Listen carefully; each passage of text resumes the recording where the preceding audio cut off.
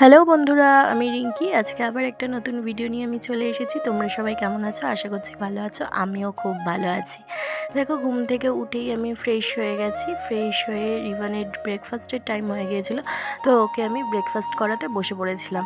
এইদিকে ওকে আমি হাঁ করতে বলেছিলাম, ও হাঁ করেছিল। এখন না খুব কথা শোনে। যাই হোক, তারপরে ওকে আমি বলেছিলাম যে একটা হাম্পা দাও, কিন্তু সেটা দিল না। ওই জন্য আমার মুখটা ওরকম হয়ে গিয়েছিল। তো আজকে ওর ব্রেকফাস্টে ছিল ওকে ব্রেকফাস্ট করানোর পরই আমি আজকে বিছানাটা তুলছিলাম, কারণ আজকে একটু ঘুম থেকে উঠতেও দেরি হয়ে গিয়েছিল আর ওর ব্রেকফাস্টের টাইম হয়ে গিয়েছিল। সেই জন্য ওকে ব্রেকফাস্ট করিয়েই আমি বিছানাটা তুলছিলাম। আর এইদিকে দেখো, ওর স্নান টান কমপ্লিট হয়ে গেছে। স্নান টান করিয়ে ও আবার ঘুমিয়ে পড়ে, তো ও ঘুমিয়ে পড়েছে। আর এইদিকে আমি টিফিন করছিলাম। আজকে টিফিনে ছিল পাউরুটি। তো পাউরুটি খেয়ে দিয়ে আমি স্নান করতেও একটু লেট হয়েছে। অনেক জামা কাপড় কাচার ছিল, তো জামা কাপড় কাচার জন্য আজকে একটু লেট হয়েছে। এসে দেখি মহারাজ ঘুম থেকে উঠে পড়েছে। উঠেই দেখো ওর মুডটা দেখো একটু অফ ছিল, যেহেতু ঘুমটা ঠিকঠাক হয়নি। তারপর ওর লাঞ্চেরও টাইম হয়ে গিয়েছিল। আজকে লাঞ্চে ছিল খিচুড়ি আর ডিম সিদ্ধ। তোমরা জানো যে ও ডেলি খিচুড়ি খায়, সেটা আর বলার নয়। যাই হোক, ওর লাঞ্চ টাঞ্চ করিয়ে ওর ড্রেস আমি চেঞ্জ করিয়ে দিয়েছি।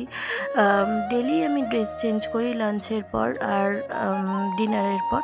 তো তারপরে আমিও লাঞ্চ করে নিলাম। আজকে লাঞ্চে ছিল ভাত আর সজনে ডাঁটা, আলু, চিংড়ি মাছ দিয়ে একটা পাতলা ঝোল, যেটা খুব ভালো লাগে খেতে। আর ফ্যাসা মাছ।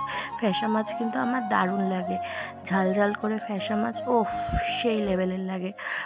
তো আজকে চিংড়ি মাছের পাতলা ঝোলটাও একটু ঝাল হয়ে গিয়েছিলো। এখন কেন জানি না, আগে আমি বিয়ের আগে প্রচণ্ড ঝাল খেতে ভালোবাসতাম, কিন্তু এখন না ঝাল খেতে পারি না। কেন সেটা জানি না, মানে একটুতেই খুব ঝাল লেগে যায়। এইদিকে দেখো, ফুচকাতে কিন্তু যতই ঝাল দিক না কেন অতটা ঝাল লাগে না।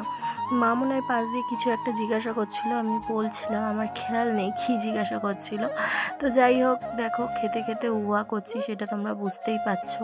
তারপরে ওই চিংড়ি মাছ দিয়ে আলু দিয়ে খাওয়ার পর মাছটা আমি শুধু মুখে খাচ্ছিলাম, যেহেতু লেজা ফ্যাসা মাছে জানো তোমরা প্রচণ্ড কাটা। আর এই ফ্যাসা মাছ কিন্তু আমার বেশ ভালোই লাগে, তোমাদের যেটা বললাম ইলিশ মাছের মতনই কিন্তু টেস্ট। যাই হোক, তো বসে বসে ওই লেজাটাই খাচ্ছিলাম। আর এখানে একটা কথা বলে রাখি, সবাই মাথা পছন্দ করে, কিন্তু আমার মাথাটা খুব একটা ভালো লাগে না, লেজাটাই বেশি ভালো লাগে। তো তারপরে লাস্টে হচ্ছে ডাঁটা চিবাচ্ছিলাম। এটা বাঙালিদের স্বভাব, লাস্টে কিন্তু সবাই ডাঁটা চিবোয়। তারপরে আমি চুলটা দেখছিলাম, তোমাদের দেখে মনে হচ্ছে যে চুল ফুল আঁচড়েছি। আমি কিন্তু মানে স্নান করার পর চুল ফুল কিছুই আঁচড়ানো হয়নি। তারপরে খেয়ে দিয়ে ঘুমিয়ে পড়েছিলাম। রিবান যেহেতু শুয়ে পড়েছিল, তো আমিও ঘুমিয়ে পড়েছিলাম। তোমাদের বলেছিলাম না যে অনেক কেচেছি, তো দেখো। আর কাচতে ভালো লাগে জামা কাপড়, এই গরমকালে কিন্তু আমার জামা কাপড় কাচতে ভালো লাগে, কিন্তু এই যে ভাঁজ করতে প্রচণ্ড পরিমাণে ল্যাদ লাগে। যাই হোক, তো ভাঁজ টাজ হয়ে গেছে। ওইদিকে রিবানও ঘুম থেকে উঠে পড়েছে। আর তারপরে বিকালবেলা আমার ডিউটি হচ্ছে চা করা। মানে চাটা আমিই করি, মা বারণ করে করার জন্য, বাট আমি চাটা করি। একটু লিকারটা বেশি খাই, আর মা কি বলো তো, লিকারটা একটু কম খায়, যেটা আমার পোষায় না আর কি। মানে চায়ে একটু লিকারটা বেশি থাকবে, মিষ্টিটা কম থাকবে, আর মা একটু মিষ্টিটা বেশি খায়, যেটা আমার ভালো লাগে না। মিষ্টি একটু কমই খাই আমি চাইতে। তো যাই হোক, চাটা চলো করে নিই।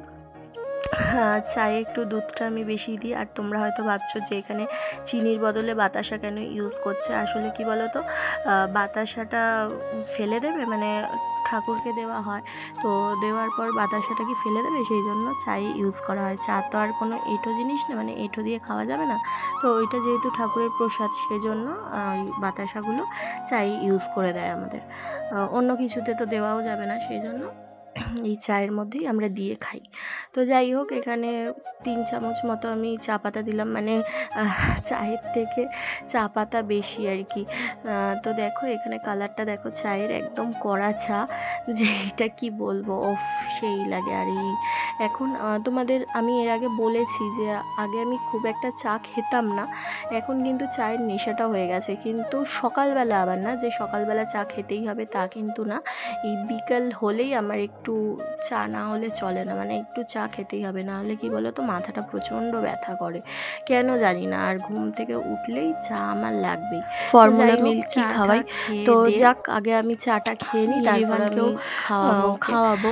তো তোমরা জানো যে রিভানকে আমি বিকেলবেলা 6:30 থেকে 7টার মধ্যে খায়। তো দেখো ও চলে এসছে আর এইদিকে হাসি হাসি মুখ করে, আর আমার হাতে হচ্ছে ফর্মুলা মিল্ক। যাই হোক, ও খেয়ে নিই, খেয়ে দিয়ে তোমাদের সঙ্গে দেখা হচ্ছে। খেয়ে দিয়ে আমার ডিউটি আছে ওর বোতল ফোটানো, ডেলিটা আমি ডেলি ফোটাই আর জলটা ফোটাই। আর এইদিকে দেখো ও আমাকে হাম্পা দিচ্ছে। ওকে আমি বলছিলাম বাবা একটু হাম্পা দাও। তো যাই হোক, দেখো এই ভালোবাসার কিন্তু ভাগ হবে না। যাই হোক, এখানে ও হাম্পা দিয়েই যাচ্ছে, আজকে হাম্পার ঝড় উঠেছে। তো এবার ও হাঁটি করে ওই ঘরে যাচ্ছিল, ওর খাওয়া দাওয়া হয়ে গেছে, এবার ওর ঠাম্মির কাছে থাকবে, ততক্ষণে আমি এই দিকের কাজগুলো করে নেব। আর এইটা ওর কে বলো তো, দিদিভাই। ওর দিদিভাইকে কিন্তু ও প্রচণ্ড ভালোবাসে, আর ওর দিদিভাইও ওকে খুব ভালোবাসে। যাই হোক, ও হেঁটে এই পাশে এলো, আর এই দিকে দেখি ওর পিপিও এসছে ওকে নিতে। দুপুরবেলা এসছিল, কিন্তু দুপুরবেলা ও ঘুমিয়ে গিয়েছিল বলে আর ওপরে নিয়ে যেতে পারেনি। তো ওর পিপি এসছে পড়ে টরে, তো যেই দেখেছে ওর পিপিকে, ও ওপরে যাওয়ার জন্য ব্যস্ত হয়ে গিয়েছিল। দেখো আমাকে টাটা করে ও ওপরে যাচ্ছে ঘুরতে। তো ততক্ষণে আমার এই দিকে হচ্ছে জল ফল ফোটানো, তারপরে বাকি যে কাজগুলো আর কি, জল ফোটানো, তারপরে ওর আটাটা মাখা, মানে ও যেহেতু রুটি খায় রাত্রেবেলা, তার আটাটা আমি মাখি। এদিকে আমি আটা মাখছিলাম আর তোমাদের সঙ্গে কিছুটা শেয়ার করলাম। আটা মাখার পর তোমাদের আমি দেখাবো আটাটা কীরকমভাবে মাখা হয়েছে। তো দেখো আমার আটা মাখাও কমপ্লিট হয়ে গেছে। আটা মাখার পর এখানে এসেছিলো ছোলা সিদ্ধ মাখা, যেটা আমি খুব ভালো খাই। জিজু এনেছিল, মানে হচ্ছে রিভানের দাদা বলবো না পিসান বলবো জানি না, ও পিসান তো বলেই না, দাদা বলে চেনে, তোমরা সেটা জানো। তারপরে তারপরে আবার ওর পিপি, মানে রিভানের পিপি আমার হাতে একটা চিপস দিল। তো যেদিন খাওয়া হয় না, উল্টো পাল্টা খুব খাওয়া হয়। যাই হোক, ওর পিপিকেও এখানে দেখতে পাবে। ভিডিওটা আমি এখানেই এন্ড করছি। ভিডিওটা ভালো লেগে থাকলে লাইক কমেন্ট শেয়ার করে দিও, আর আমাকে ফলো করতে ভুলো না যেন। দেখা হচ্ছে পরের ভিডিওতে।